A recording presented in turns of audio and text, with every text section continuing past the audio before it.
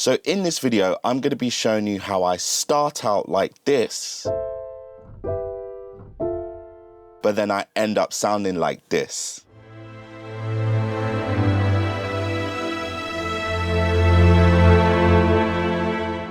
So the way that I start off, first and foremost, is to simply use a piano and play down some simple chords with 3 to 4 notes to get a feel of what I want to write. Now, the reason why I use 3 to 4 notes is because a string section's actually broken down into 4 to 5 sections, depending on how you split the violins. So you'll have the basses, you'll have the cello, the viola, the first violins and the second violins. But for simplicity's sake, we could just say bass, cello, viola, violins. When we think about it like an EQ, then the bass takes care of the low end. The cello can accompany the low end, but also takes care of the lower mids. The viola takes care of the mids and a little bit of the upper mids. The first violins take care of the upper mids and the high end. Second violins take care of the upper mids and the high end as well. Now, the reason why I love to play in simple triad chords or chords with 4 notes, because I'm already thinking the low part of this chord, which can be actually moved down the octave to play the bass part, and then the second note of this chord can also be moved down the octave to play the cello part. So then we end up with,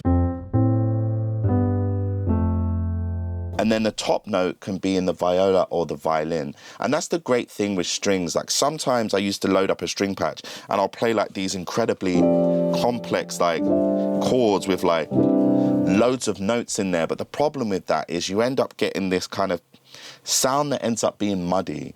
Actually, strings sound incredible when you take simple chords and just split them out across the frequency range or the octaves so that you can get a truly huge sound. So something that's simply like a triad, just 3 notes can end up sounding like this.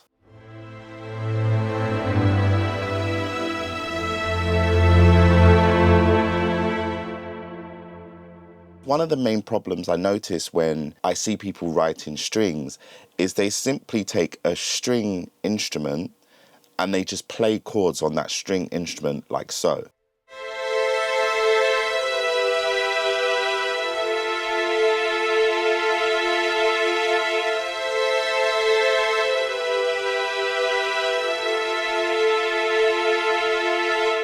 And that can end up sounding okay, but the best way to get your strings sounding amazing is to take each of those notes and to split it out into its relevant string section. So for example, I'll play the low part in the bass.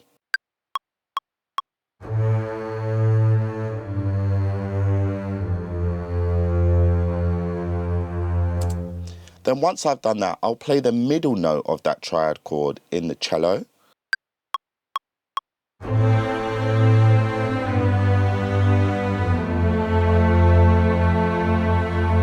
And then after that, I'll take the top note and I'll play that in the viola as well as the violins.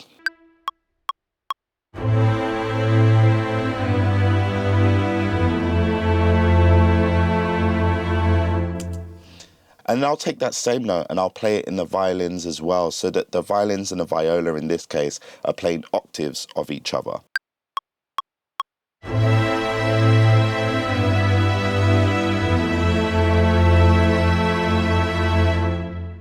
And then if I wanted to take that even further, I could then play an octave even higher in the first violins as well.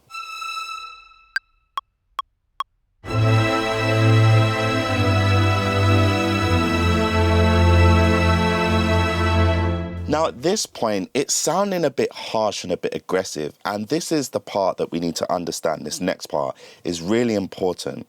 When you actually go and watch an orchestra live or string section live, which I highly recommend you do, I recently saw the London Philharmonic Orchestra at the Cardigan Hall, which was absolutely incredible. But the main thing I paid attention to is the way that the string section was able to convey the emotion was actually in the changing of dynamics, the increase and the decrease in volume.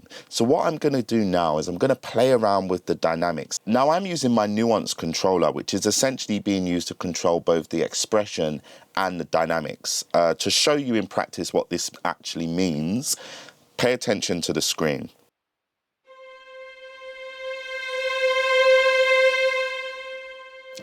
And then if we now go to the expression.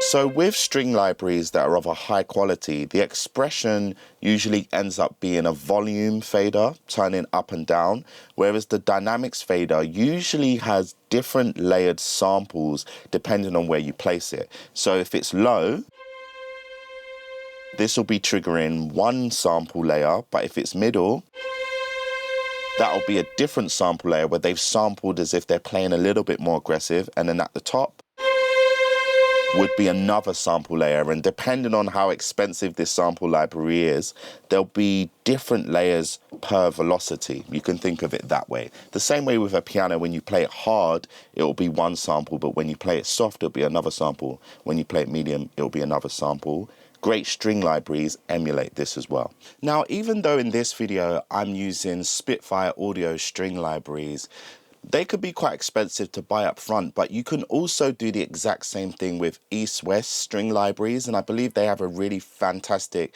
subscription where you can pay monthly and get a really high quality string library as well. But the important thing now is I need to actually drawing or automate my dynamics, and this is going to make a massive difference, I promise you. Stay with me.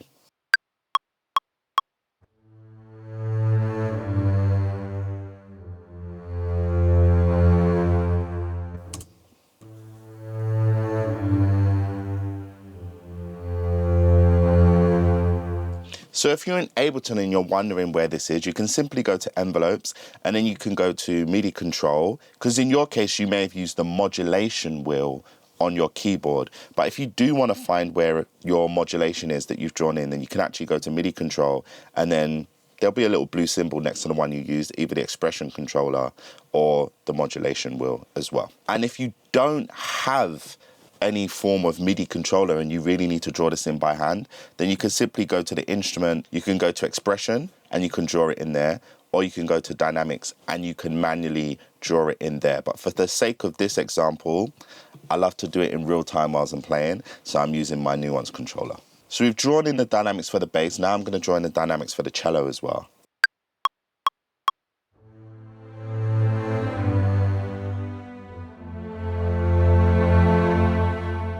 And then we're going to continue on with the viola now.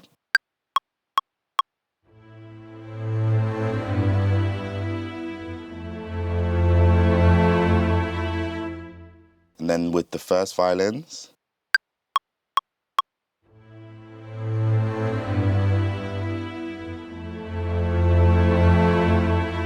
Now, one thing I recommend so that you can actually catch that first initial automation that you're drawing in is record slightly ahead of the MIDI clip. This way you can actually have a chance to give it a little wiggle so that it can set the level of where it needs to be.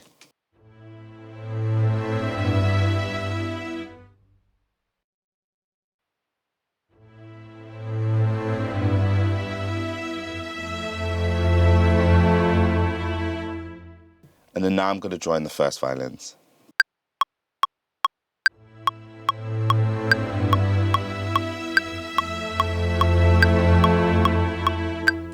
Okay, so now that I've done that, what I'm going to do now is I'm just going to go in and just manually adjust anything that was just a little bit too aggressive or sudden.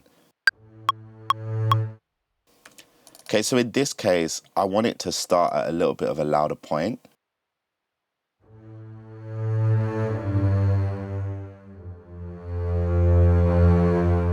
That feels much better to me. And this is really important, just going in and fine tuning, because there's two ways. You can play it over and over again until you get it perfect. But what I love to do is to just drawing the general feeling and then just kind of go through and tweak it again afterwards. So maybe here, I feel like it gets a little bit too quiet.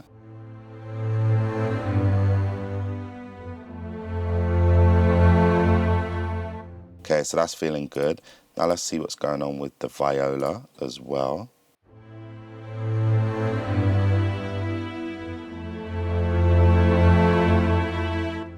Now let's have a listen to this second violin as well.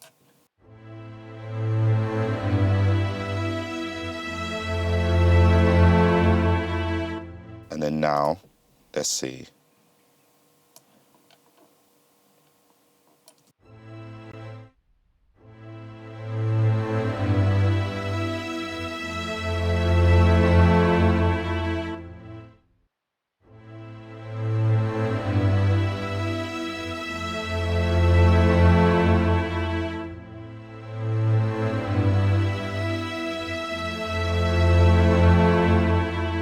Now you hear around in this middle section, it feels like you can hear where it's stopping and starting. Now, a way that I love to get rid of that is to simply just take a reverb like Valhalla and add it onto the bus of those strings, because what it ends up doing is it ends up just filling in any gaps like that and just makes it sound a lot more natural.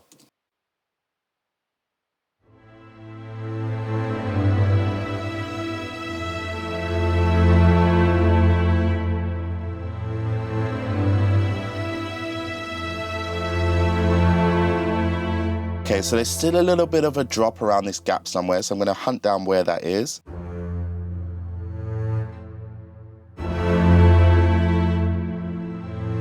So it just gets a little too quiet just around this section. So I'm just going to do this just to cover that up as well.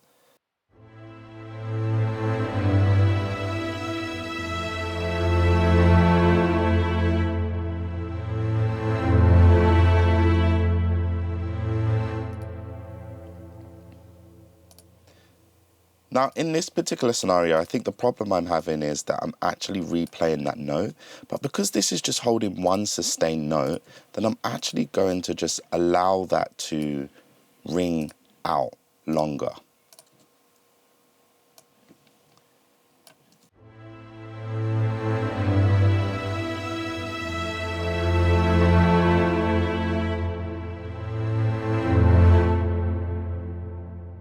And then just here, we'll allow this to just overlap a little bit, just so it feels a little more natural there.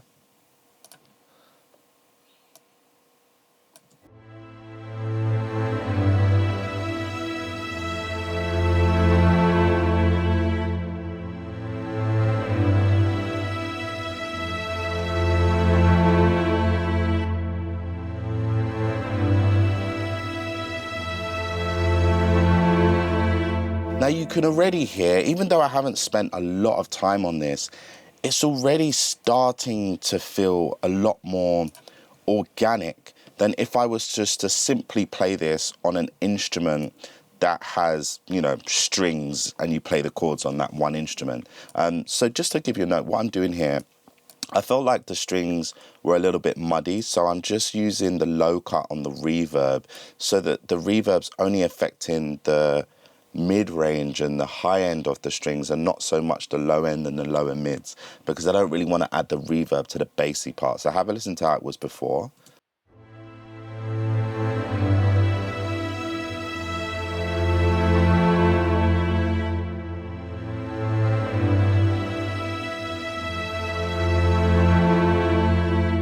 So now I'm just gonna high pass this, or low cut it in this case, to around 400 and just have a listen to how it sounds now.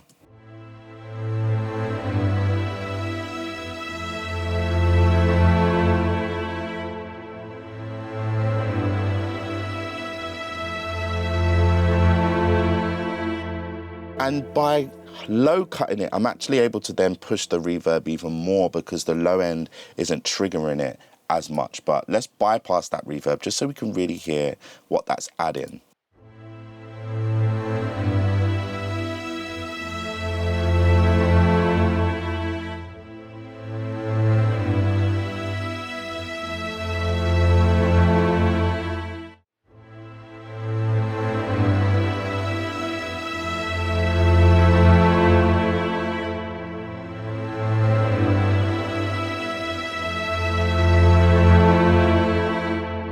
main thing to take away from today is if you want strings to sound more authentic and to sound real, of course, they'll never sound real, like a real string section is unbelievable. But if you want them to sound like better than just some basic MIDI strings, then adding in the expression automation, adding in the modulation or the dynamics automation is really important, and taking whatever chord it is and splitting it out into its relevant sections is the best way that you can get strings to sound better instantly.